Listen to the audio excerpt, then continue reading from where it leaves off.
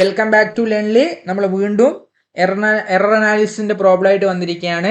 So next question എടാ ശ്രദ്ധിക്കണേടാ. Next question, the initial temperature of a liquid is 8.0 ± 0.1 degree Celsius. എടാ initial temperature TI അവർ തന്നിട്ടുണ്ട്. എത്രയാടാ തന്നേ? ഞാൻ പറഞ്ഞൊന്നുമില്ല, അവർ പറഞ്ഞതാണ് 80 ± 0.1 ആണ് ഇനീഷ്യൽ ടെമ്പറേച്ചർ. അല്ലേ? ഇനി ചോദ്യം എന്താ? After it has been cooled, അല്ലേ, ചെറുതായിട്ടൊന്ന് തണുപ്പിക്കുമ്പോൾ ഇറ്റ്സ് ടെമ്പറേച്ചർ ഈസ്, ഇതിന്റെ ടെമ്പറേച്ചർ കുറയാനടാ. ഫൈനൽ ടെമ്പറേച്ചർ നോക്കണേ, TF ഈസ് ഈക്വൽ ടു 10 ± 0.1 ആണ്. അല്ലേ? ചോദ്യം എന്താ? The falling temperature in degree centigrade is. എടാ കുറഞ്ഞ ടെമ്പറേച്ചർ, ആ ടെമ്പറേച്ചറിന്റെ ഡിഫറൻസ് നിങ്ങൾ പറയണം. എത്ര എമൗണ്ടിലാണ് ടെമ്പറേച്ചർ കുറഞ്ഞിട്ടുള്ളത്? അതായത് ഇനീഷ്യൽ ടെമ്പറേച്ചർ ആരെ കുറച്ചാൽ മതിയടാ? ഫൈനൽ ടെമ്പറേച്ചറിനെ കുറച്ചാൽ മതി. അതായത് delta T is equal to falling temperature പറഞ്ഞുകൊണ്ട് TI മൈനസ് എന്താ? TF. നേരത്തെ ചെയ്ത പോലെ തന്നെ ഇത് മീൻ ആബ്സല്യൂട്ട് എറർ ആണ്, ഇത് മീൻ വാല്യൂ ആണ്. സോ മീൻ വാല്യൂ കുറക്കുക. 80 - 10 എത്രയാ? 70 ± മീൻ ആബ്സല്യൂട്ട് എറർ അഡിഷന്റെ കേസ് ആയിക്കോട്ടെ സബ്സ്ട്രാക്ഷന്റെ കേസ് ആയിക്കോട്ടെ, മീൻ ആബ്സല്യൂട്ട് എറർ നമ്മൾ ആഡ് ചെയ്യുക. സോ 70 ± 0.2 എന്ന് കിട്ടും. അങ്ങനത്തെ ഓപ്ഷൻ ഉണ്ടോ?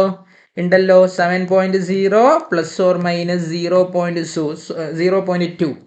So option number C is the correct answer. Simple ആണ്.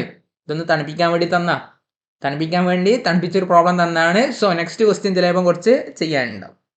ഇനി നോക്കിയേ, A quantity is represented by x is equal to m raised to a, l raised to b, t raised to -c. The percentage in measurement of m, l and t are alpha percentage, beta percentage and gamma percentage respectively. The percentage in x would be.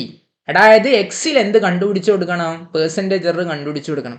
നോക്കണേ, തന്നിരിക്കുന്ന expression x is equal to നോക്കണേ, m raised to a, L raised to b, T raised to എന്താടാ? അവിടെ എന്തോ പ്രശ്നം ഉണ്ടല്ലോ. T raised to, അവിടെ എഴുതാൻ എന്തോ ഒരു പ്രശ്നം. T raised to -c ആണ്. ഞാൻ കഴിഞ്ഞ സെഷനിലെ ഞാൻ എന്താക്കിയാണ് സ്ട്രെസ് ചെയ്ത് പറഞ്ഞൊരു കാര്യമാണ്, മൈനസ് വന്നാൽ മൈനസ് മാറ്റി എഴുതണം. So x is equal to m raised to a, L raised to b, T raised to -c എന്ന് പറയുമ്പോൾ എന്തായിട്ട് മാറുകടാ? By T raised to c ആയിട്ട് മാറും. മൈനസ് ഒഴിവാക്കിയേ പറ്റുള്ളൂ.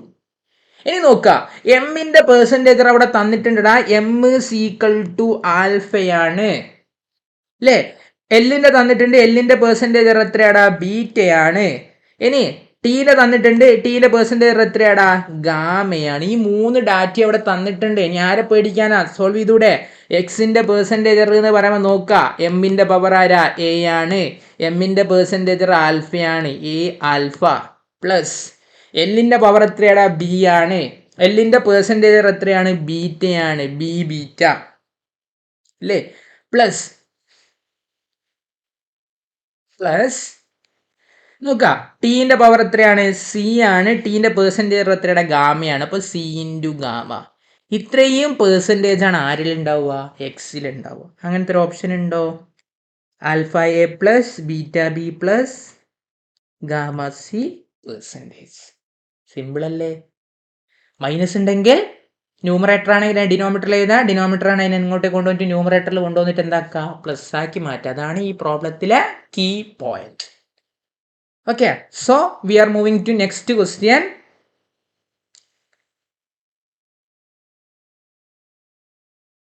നോക്കുക, നെക്സ്റ്റ് ക്വസ്റ്റ്യൻ ഒന്ന് ഫ്രീ ആയിട്ട് വായിക്കുകയാണ്. An experiment measured quantities a, b, c and then x is calculated from x is equal to ab square divided by c cube. If the percentage errors in a, b, c are ±1%, 3% and 2% respectively, the percentage error in x can be. Simple question ആടാ, ഒന്നുമില്ല. അതായത് X എന്നുള്ളൊരു variable നമ്മൾ measure ചെയ്യുന്നുണ്ട്. ആ X എന്നുള്ള variable measure ചെയ്യാൻ വേണ്ടിയിട്ട് നമുക്ക് നോൺ വേരിയബിൾ ആയിട്ടുള്ളത് AB square divide by C cube. അതായത് എ ഉണ്ട്, ബി ഉണ്ട്, സി ഉണ്ട്. ഇനി നോക്കിക്കോ, എന്റെ പെർസെൻറ്റേജർ അവിടെ തന്നിട്ടുണ്ട്. എന്റെ പെർസെൻറ്റേജർ ക്വസ്റ്റിൽ തന്ന എത്രയാടാ? 1 ആണ്. ഇനി ബിന്റെ പെർസെൻറ്റേജ് അവിടെ തന്നിട്ടുണ്ടടാ. ബിന്റെ പെർസെൻറ്റേജർ ക്വസ്റ്റ്യനിൽ തന്നത് ശ്രദ്ധിക്കണേ, ബിന്റെ പെർസെൻറ്റേജർ 3 ആണ്. ഇനി സിയും അവിടെ തന്നിട്ടുണ്ടടാ. സിന്റെ പെർസെൻറ്റേജർ എത്രയാണ്? 2 ആണ്. ഇത്രയും കാര്യങ്ങൾ അറിയെങ്കിൽ ഒരു ഒറ്റ സ്റ്റെപ്പിൽ തന്നെ ആൻസർ കണ്ടുപിടിക്കാം. ബേജാറാണ്ട് ഒരു ആവശ്യമില്ല. കാരണം എക്സിൻ്റെതാണ് കണ്ടുപിടിക്കുന്നത്. എക്സിന്റെ പെർസെൻറ്റേജർ കണ്ടുപിടിക്കാൻ നോക്കി. എക്സിന്റെ എക്സ്പ്രഷൻ പോലും തന്നിടാ. AB² ഡിവൈഡ് ബൈ C³ ആണ്. എന്റെ പവർ അവിടെ ഒന്നും തന്നിട്ടില്ല. അതിന്റെ മീനിങ് എത്രയാ? 1 ആണ്. സോ 1 ഇൻറ്റു എന്റെ പെർസെൻറ്റേജർ എത്രയാ? 1 ആണ്. 1 ഇൻറ്റു 1 പ്ലസ്, ഇനി ബിന്റെ പവർ 2 ആടാ. 2 ഇൻറ്റു ബിന്റെ പെർസെൻറ്റേജർ എത്രയാടാ? 3 ആണ്. 2 ഇൻറ്റു 3 പ്ലസ്, അടുത്ത സിന്റെ പെർസെൻറ്റേജർ 2 ആണ്. സിന്റെ പവർ എത്രയാ? 3 ആണ്. So 3 into 2. ഇനി സിംപ്ലിഫൈ ചെയ്തോ, നിങ്ങൾക്ക് ആൻസർ കിട്ടിക്കൊണ്ടേയിരിക്കും. കിട്ടിയിരിക്കും. 1 into 1 1, 2 into 3 6, 3 into 2 6. So final answer is 13%. ധൈര്യത്തിൽ ക്ലിക്ക് ചെയ്തോ. Option number A is the correct answer. Option number A is the correct answer. Simple അല്ലേ? ഒന്നും ചെയ്തിട്ടില്ല. ആ എക്സ്പ്രഷനിൽ കൊടുത്ത് അങ്ങോട്ടും ഇങ്ങോട്ടും വാല്യൂ കൊടുത്ത് 2 സ്റ്റെപ്പ് മാറ്റി ചെയ്താൽ ആൻസർ ആയി. സോ നെക്സ്റ്റ് ക്വസ്റ്റ്യൻ നോക്കാം.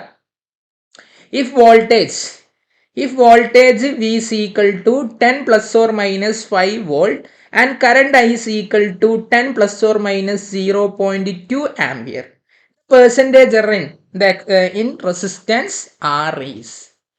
അത് നമുക്ക് ആറിലുണ്ടാകുന്ന പെർസെൻറ്റേജ് എത്രയാണെന്ന് കണ്ടുപിടിച്ച് കൊടുക്കണം. ഒരു എക്സ്പ്രഷൻ കിട്ടിയിട്ടുണ്ട്. V is equal to 100 plus or minus 5 ആണ്. ഇനി I is equal to തന്നിട്ടുണ്ട് 10 plus or minus 0.2 ആണ്. എടാ വിന്റെ എക്സ്പ്രഷൻ 100 plus or minus 5 തന്നാൽ ഇത് മീൻ ആബ്സല്യൂട്ട് എറർ ആണ്. 100 സ്റ്റാൻഡ്സ് ഫോർ എന്താടാ? മീൻ വാല്യൂ ആണ്. അങ്ങനെയാണെങ്കിൽ പെർസെൻറ്റേജ് ഇൻ വോൾട്ടേജ് എന്ന് വെച്ചാൽ ശ്രദ്ധിക്കണേ, mean absolute error divide by mean value into 100 ആയിരിക്കും. അപ്പോൾ ഈ 100ഉം ഈ 100ഉം വെട്ടിപ്പോയി വോൾട്ടേജിലുള്ള പെർസെൻറ്റേജ് എത്രയാണെന്ന് മനസ്സിലായടാ? 5% ആണ് അവിടെ കിട്ടി. In the same way you can calculate percentage in current അല്ലേ? കറണ്ടിന്റെ പെർസെൻറ്റേജ് നോക്കണേ. I is equal to നോക്കിയേ, ഇവിടെ മീൻ ആബ്സല്യൂട്ട് എറർ 0.2 ആ. അപ്പോൾ 0.2 ഡിവൈഡഡ് ബൈ മീൻ വാല്യൂ എത്രയാടാ? 10 ആണ്. ഇൻറ്റു എത്ര വന്ന്? 100 വന്ന്. എടാ ഇവിടുത്തെ ഒരു 0യും കട്ടായി. അങ്ങനെയാണ് I is equal to നോക്കിയേ, I is equal to 2/0.2 ഒരു കുട്ടിക്ക് വേണമെങ്കിൽ 2/10 എന്ന് എഴുതാം. വീണ്ടും അവിടെ 10 ഉണ്ട്. അപ്പോൾ ഈ 0യും കട്ടായി. എത്ര വന്ന്? 2% വന്ന്. അപ്പൊ മനസ്സിലായി, വിയില് 5%, ഐയില് 2%.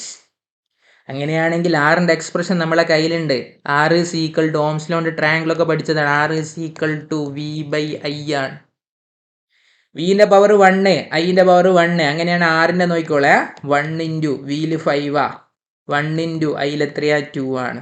So 5 plus 2 is equal to എത്ര കിട്ടും? 7%. So option number C is the correct answer. Option number C is the correct answer. ആദ്യം ഐന്റെ പെർസെൻറ്റേജർ കണ്ടുപിടിച്ചടാ, പിന്നെ വിന്റെ പെർസെൻറ്റേജർ കണ്ടുപിടിച്ച്, ഇനി ഐയും വിയും കണക്ട് ചെയ്തിട്ട് ആറിന്റെ എക്സ്പ്രഷൻ എഴുതി. അങ്ങനെയാണ് R is equal to V/I ആണ്. ഈ ട്രയാങ്കിൾ അറിഞ്ഞൂടെ അല്ലേ? V is equal to I ആണ്. നമ്മൾ 9ാം ക്ലാസ്സിനെ കേട്ട് മടുക്കുന്നതാണ്. സോറി, 10ാം ക്ലാസ്സിൽ ഏറ്റവും കൂടുതൽ കേട്ട ചാപ്റ്റർ ആയിരിക്കും heating effect of electric current. അവിടെ ഇങ്ങനെ പാടി പഠിപ്പിച്ചൊരു സാധനമായിരിക്കും 10ാം ക്ലാസ്സിലെ teacher. V is equal to IR, H is equal to I²RT. അവിടെ നമ്മളെ മൈൻഡിലേക്ക് കയറി ഇക്വേഷൻ ട്രയാങ്കിൾ ആണിത് അല്ലേ? ഈ ട്രയാങ്കിൾ ആ ടൈമിൽ നമ്മളെ മൈൻഡിലേക്ക് കയറിയാണ് VIR എന്നുള്ളത്.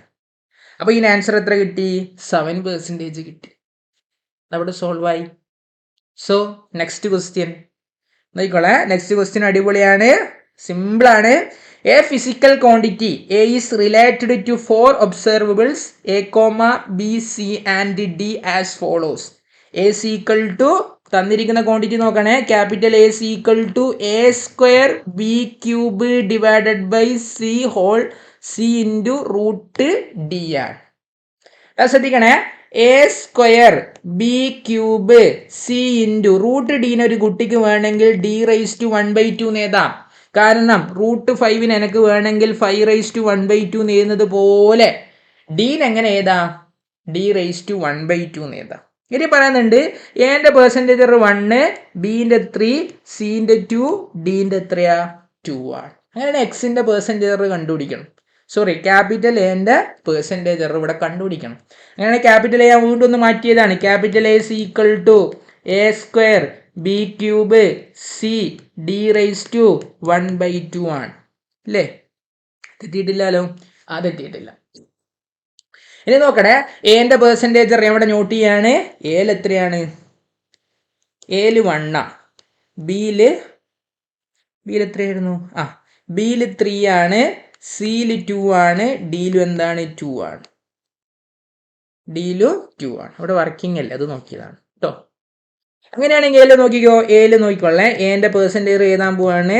ഞാൻ എന്റെ അടുത്തേക്ക് പോയി. സ്മോൾ ലെറ്റർ എന്റെ അടുത്തേക്ക് പോകുമ്പോൾ അതിന്റെ പവർ 2 എന്റെ പെർസെൻറ്റേജ് 1 ആണ്. അപ്പൊ 2 × 1 പ്ലസ് അടുത്ത ബിന്റെ അടുത്ത് പോകുമ്പോൾ അതിന്റെ പവർ എത്ര ഉണ്ട്? 3 ഉണ്ട്. ബിന്റെ പെർസെൻറ്റേജ് എത്രയാണ്? 3 ആണ്. സോ 3 × 3 പ്ലസ് അടുത്ത സീന്റെ അടുത്തേക്ക് വരികയാണ്. സീന്റെ മേലെ ഒന്നും കാണുന്നില്ല. അതിന്റെ മീനിങ് എത്രയാ? പവർ 1 ആണ്. സീന്റെ എത്രയാ? 2 ആണ്. സോ 1 × 2 പ്ലസ് ഇനി ഡീന്റെ അടുത്ത് വരുമ്പോൾ അതിന്റെ പവർ 1/2 ആണ്. ഡീന്റെ പെർസെൻറ്റേജ് എത്രയാണ്? 2 ആണ്. സോ 1/2 × 2 ആണ്. അപ്പോൾ 1/2 × 2 എന്ന് പറയുമ്പോൾ ഈ 2ഉം ഈ 2 എന്തായി പോയിട്ടുണ്ടാവും? വെട്ടിപ്പോയിട്ടുണ്ടാവും. So percentage in A equal to നോക്കണേ, 2 × 1 2, 3 × 3 9 ആണ്, 1 × 2 എത്രയാ? 2 ആണ്. സോ 2 + 2 4 ആണ്. 4 + 9 is equal to 13% ആണ്. 4 + 9 is equal to 13%. അങ്ങനത്തെ ഒരു ഓപ്ഷൻ ഉണ്ടോ നോക്കി നോക്ക്. അങ്ങനത്തെ ഒരു ഓപ്ഷൻ ഇല്ലേ? തെറ്റിയോ?